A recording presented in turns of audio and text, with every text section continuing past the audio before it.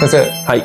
明けましておめでとうございます。明けましておめでとうございます。今年もよろしくお願いします。よろしくお願いします。早速質問です。はい。人工関節の手術後に金属探知機って反応するんですか？はい。術後に金属探知機が反応することはありますね。それで乗れないこととかってあるんですか？乗れないことはですね、絶対にありません。金属が入ってるっていう証明書とかってあるんですか？正式なものは全然なくてですね、発行したりするような病院とかもあるんですけども、病院が発行したものとか持って行っても、保安所のところで見せても、ほとんどのケースが結構無視されたりするんですね。相手にされないですね。だから、しっかりとですね、人工関節しましたっていうことを伝えて、ボディチェックして、問題なければ必ず金属探知機に反応してても通れますので、ここら辺は全然心配しなくても大丈夫ですね。